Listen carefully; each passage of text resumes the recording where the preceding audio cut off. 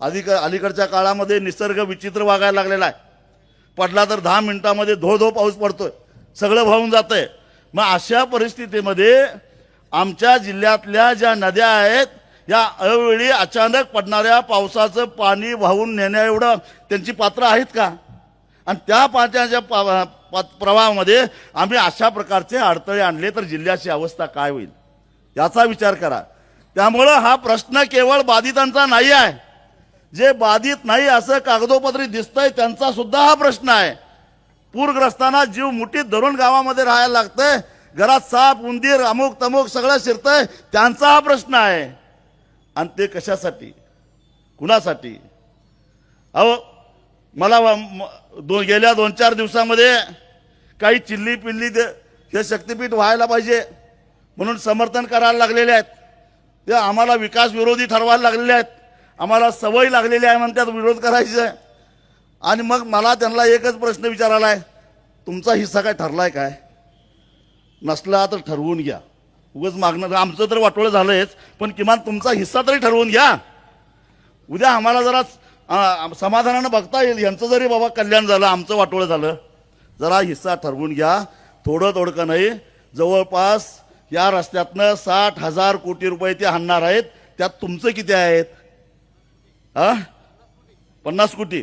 काय काय असेल ते हिस्सा ठरवून घ्या. मागणं ही हिशेबाला बसत नाहीत. हा चालू आहेत काय? आत्ताच तिघांची भांडणं चालू. मागणं हिशेबाला बसत नाहीत. जे काय आहे ते आत्ताच हिस्सा ठरवून घ्या. मागणं भांडत बसू नका. आणि मिटवायला आम्हाला येऊ नका, आमच्याकडे येऊ नका. आम्ही येणार नाही मिटवायला. आपण बंटी पाटील साहेब जायचं नाही मिटवायला. कशासाठी होय? जरा तरी लाज वाटली पाहिजे. या जिल्ह्यातल्या सगळ्या लोकप्रतिनिधींना मला विचारायचं आहे, तुम्हाला या जिल्ह्यातल्या शेतकऱ्यांनी सर्वसामान्य लोकांनी मतं देऊन निवडून दिलेले आहेत. मुख्यमंत्री काय म्हणाल, उपमुख्यमंत्री काय म्हणाल, सरकार काय म्हणाल याचा विचार करत बसला तर 2029ला तुम्हाला ते निवडून आणणार नाही तर ही जनता निवडून आणणार आहे, याचं भान ठेवा. जर तुम्ही या जनतेच्या वाकड्यामध्ये गेला तर तुमचं काही खरं नाही. मला एक कळालं नाही, इथं आम्ही महात्मा गांधींच्या मार्गानं सविनय कायदेभंग म्हणून अगदी सनदशीर मार्गानं आमचं म्हणणं जिल्हाधिकारी द्यायला चालत आलेलो आहे. कारण लोकशाहीमध्ये तुमच्या डोक्यात काय आहे याला महत्व नाही, तुमच्या पाठीमागं डोकी किती आहे त्याला महत्व असतं. आणि हे काय म्हणत ते, ह्यांचा एक आवडता आरोप आहे, ही 4 टाळकी आहेत, ह्यांच्या पाठीमागं कोणी नाहीत. अरे येऊन बघा जरा मोजून किती टाळकी आहेत आमच्या पाठीमागं. आणि ह्याच्या दुप्पट तिप्पट मागं गावात राहिलेली आहेत. आणि जरा तुमच्यात काय दम असेल तर संयुक्त मोजणी करायला याच, हुनच जाऊन दे एकदा मैदानामध्ये काय व्हाय स्थिती आहे. एवढंच माझं त्यांना सांगणं आहे. खोटं सांगतात. काय सांगतात? यवतमाळला मोजणी झाली, हिंगोलीला मोजणी झाली, धाराशिवला मोजणी झाली, परभणीला मोजणी झाली, लातूरला मोजणी झाली, सोलापूरला मोजणी झाली आणि सिंधुदुर्गला मोजणी झाली. मोजणी कुठं झालेली नाही. देवेंद्र फडणवीस, मी तुम्हाला एकच चॅलेंज देतो, तुम्ही या शक्तीपीठ महामार्गाचा जो काय नियोजित 856 किलोमीटर लांबीचा हा जो काय नियोजित तुमचा हे आहे रस्ता आहे, आणि त्याला माझ्या हिशेबाप्रमाणे 21,000 आता वाढले मला वाटतं काहीतरी, नाही 21,000 एकर जमीन जाणार काहीतरी आहे. 25,000 एकर जमीन जाणार आहे. त्यातल्या किती एकर जमिनीची मोजणी झाली एकदा आकडा सांगाच. एकदा होऊनच जाऊन दे. पाहिजे तर घोंगडे टाकून झाडावर खाली कुठेतरी बसूया, तुम्ही मोजला किती आणि आम्ही मोजली अडवली किती याचा एकदा हिशेब करायला बसूया. कारण मी या 13च्या 13 जिल्ह्यामध्ये जाऊन आलेला माणूस आहे. अहो मी हिंगोलीला गेलो होतो, सहज गेलो होतो. तिथं त्या मोनार्क कंपनीचं काही लोक सॉइल सॅम्पल घ्यायला म्हणजे माती तपासायला आलेले होते ट्रॅक्टर घेऊन. आणि हे जे तुम्हाला एक माहिती सांगतो, हे शक्तीपीठ महामार्ग म्हणजे इकडं कोण पवार अमुक भोसले बिसले हे कॉन्ट्रॅक्टर नाहीत, हे लुल्ला फुल्ला असलेच कोणतरी कॉन्ट्रॅक्टर आहेत ते. इकडे गुजराती सगळे, सगळे उत्तर भारतीय कॉन्ट्रॅक्टर आहेत. आपली त्यांच्या हाताखालच्या हाताखाली हा यांचा JCB, यांचा ट्रॅक्टर, एवढंच यांच्या वाट्याला एवढंच आहे. आणि ते मला तिथं हिंगोलीला ते गाठ पडलं. ते उत्तर भारतीय होतं, सॉइल सॅम्पल करायला आलेलं होतं. मी म्हटलं इधर काही को आया है? ते म्हटलं सॉइल सॅम्पल करने का है. ये ट्रैक्टर किसका है? तो म्हटला मेरा है. अगर मैंने इसका ये ट्रैक्टर जलाया तो नुकसान भरपाई मिलेगा क्या? म्हटला ये कहाँ से मिलेगा? म्हटला सरकार नहीं देती तर ये ट्रॅक्टर लेके वापस जाओ म्हटलं. हे इथं आणि हे सगळं सर्वे करायला येणारं साहित्य खाजगी आहे, त्यामुळे द्या पेटवून. सरकारी नुकसान होत नाही, सरकारकडे काय नाहीच. आणि काय आणतंय मोजणी करायला? परवा माळशिरसला के पाटील आलेत, मला वाटतं आहे तिथं. त्यांनी सांगितलं ते मोजणीचं मशीनच फोडून टाकलं. काय त्यांची घेतली? ट्रॅक्टर आहे यांचा, ड्रोननं मोजणी करणार आहेत असं मी ऐकलं. आता का तर तुम्ही खाली येऊन देत नाही पण वरनं करणार. पाखरं राखताय का नाही? गोपनी तयार ठेवा. ड्रोन आला रे आला, नेम धरून गोपनीनं ड्रोन खाली पडला पाहिजे. तो बी खाजगी कंपनीचाच आहे, काय काळजी करू नका. सरकारी मालमत्तेचं नुकसानीची केस तुमच्यावर होतच नाही. आणि मला पोलिसांना एक विनंती करायची आहे, किती अतिरेक करता हो. आम्ही सनदशीर मार्गानं आमच्या सगळ्या भगिनी इथं आपली कैफियत घेऊन आल्यात. एवढा बंदोबस्त आमच्यासाठी. हा, आम्ही काय अतिरेकी आहे काय नक्षलवादी आहे? कोण आहे आम्ही? हा, तिथं तिच्या आईला नक्षलवादी काश्मीरात येऊन रोज गोळ्या घालल्यात. तिथं तुमची मर्दुमुखी कुठे जाते? हा, महिला बेपत्ता आहे. अहो, आमच्या कुंभोजची एक अल्पवयीन मुलगी 2 महिने झालं गायब आहे, सापडत नाही पोलिसांना. लाज वाटली पाहिजे पोलिसांना. 2 महिन्यामध्ये एका अल्पवयीन मुलीचं कुंभोजचं अपहरण झाले, अजून या पोलिसांना त्या पोरीचा पत्ता लागलेला नाही. आणि हे आमच्या मागे लागलेत. अहो, या सभेला एक रेडा आलाय पाठीमागं. त्या रेड्या बघा, रेडा सुद्धा किती धाडशी आहे. इथं निर्भयपणे आला, कारण त्याला माहिती होतं की ही माणसं सज्जन आहेत, ही आपल्याला गुवाहाटीला नेऊन कापणार नाही, त्याला खात्री आहे. पोलीस त्या रेड्याला येऊन देणार. हाय अजून आहे. मी राखायला सांगितलंय पोलिसांना अजिबात देऊ नका म्हटलं तो रेडा, कारण पोलिसांच्यावर माझा विश्वास नाही, गुवाहाटीला पाठवतील. अहो, ते रेडा काय म्हणायला लागलाय?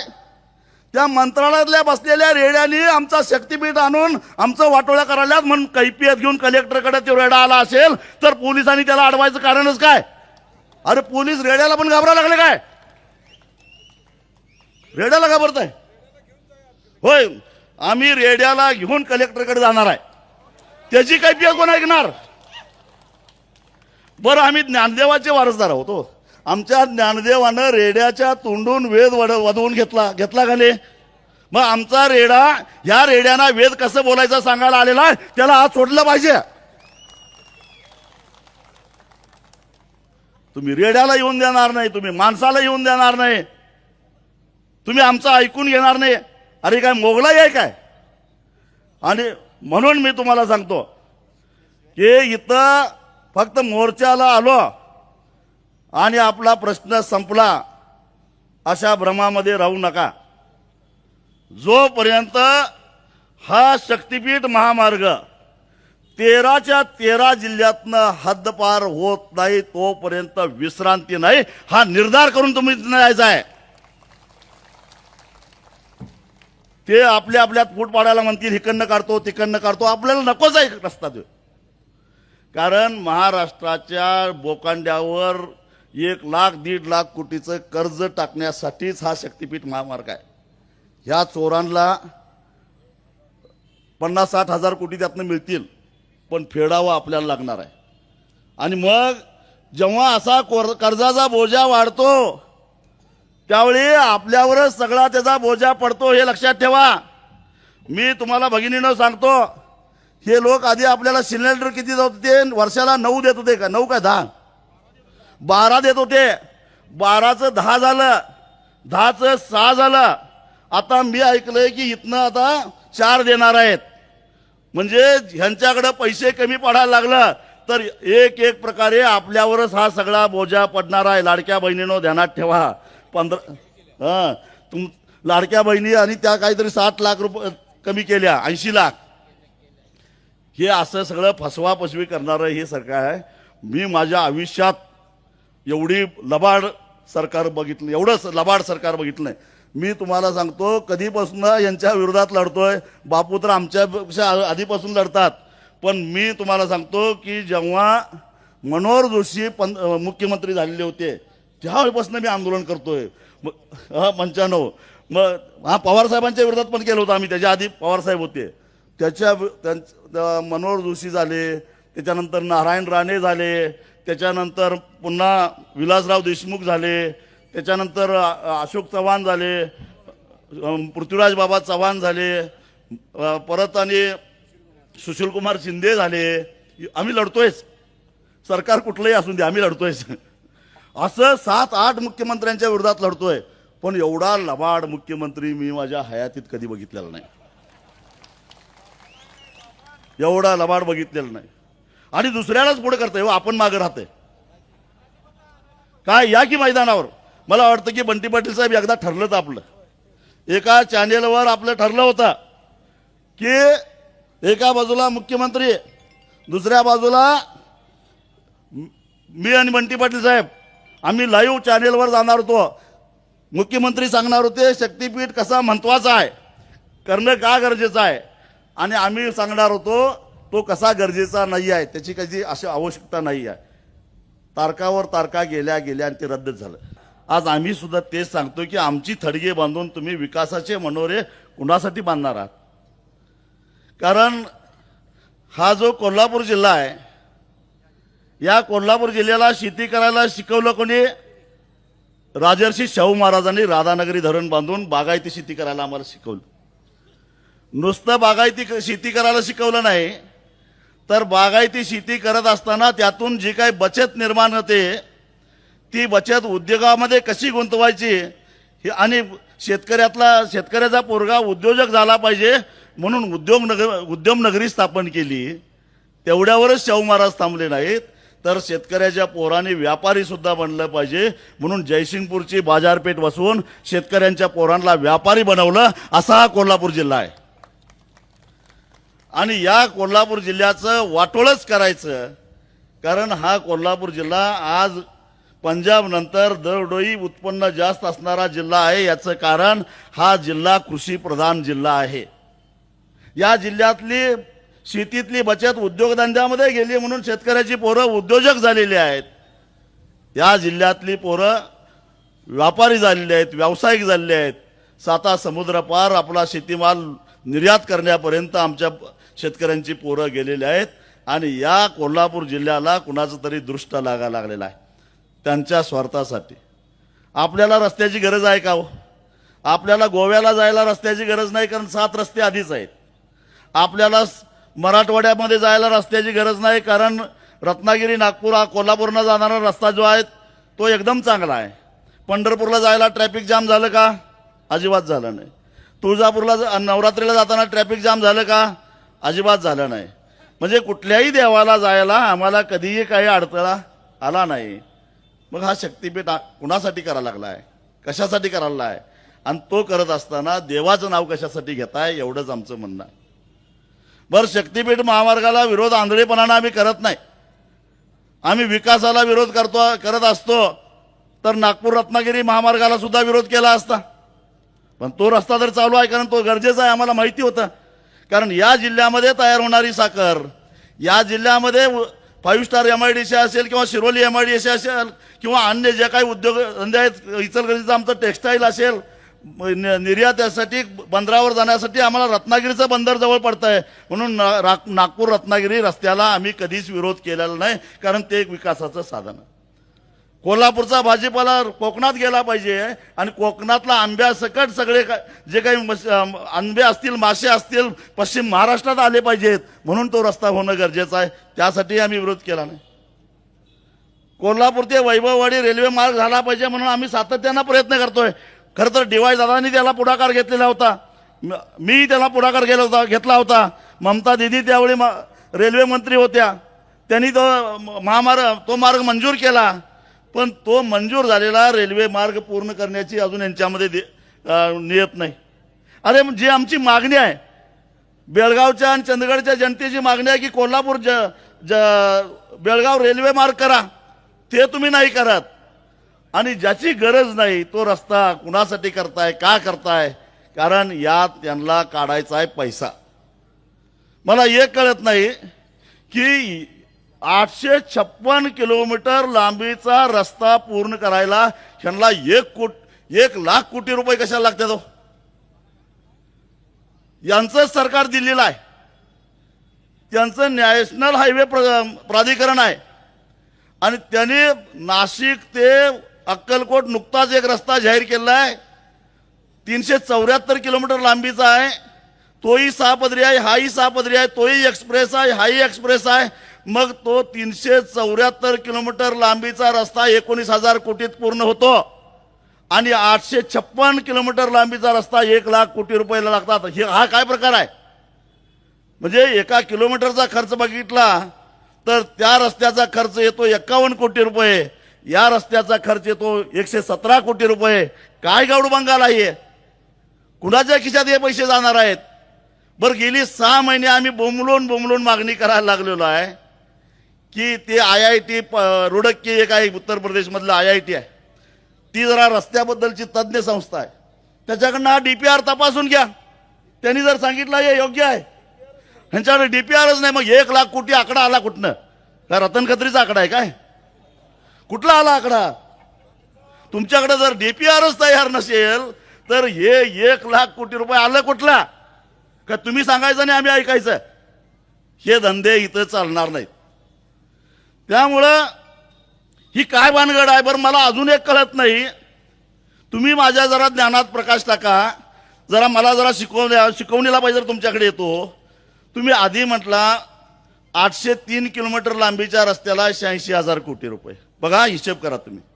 803 किलोमीटर लांबीच्या रस्त्याला 86,000 कोटी रुपये आणि 856 किलोमीटर लांबीच्या रस्त्याला 1,00,000 कोटी रुपये. म्हणजे वाढलं किती? 53 किलोमीटर. आणि खर्च वाढला किती? 14,000 कोटी. मग 14,000 कोटी भागिले 53 किलोमीटर, अहो 254 कोटीला एक रस्ता, 1 किलोमीटर.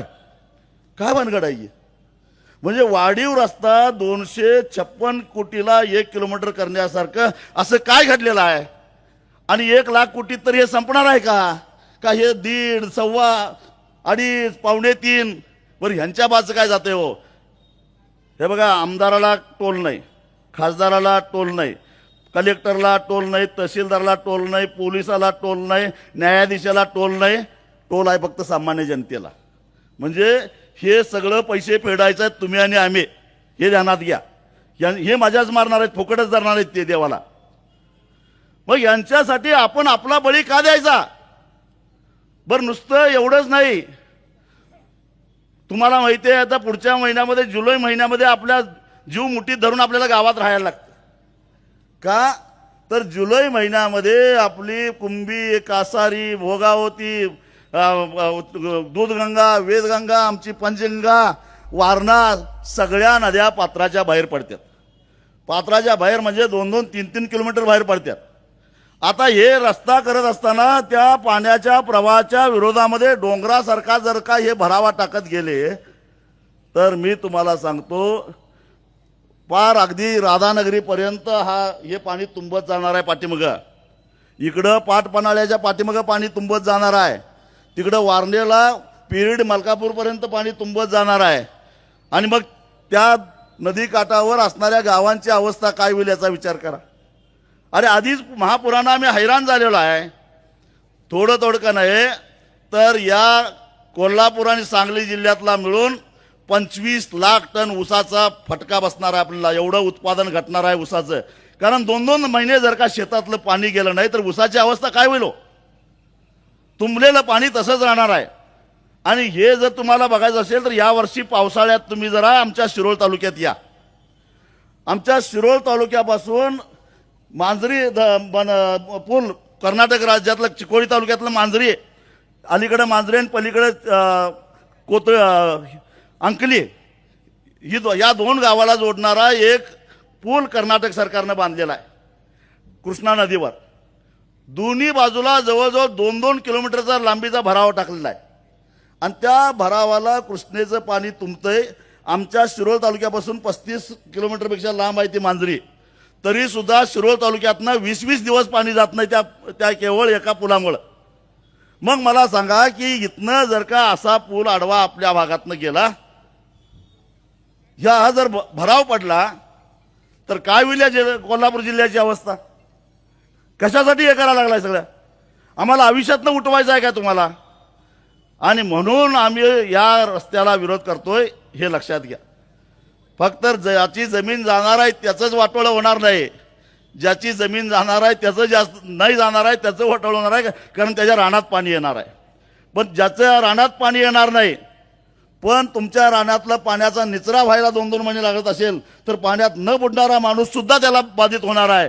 आणि अशी शेती किती नुकसान होणार आहे याचा विचार करा.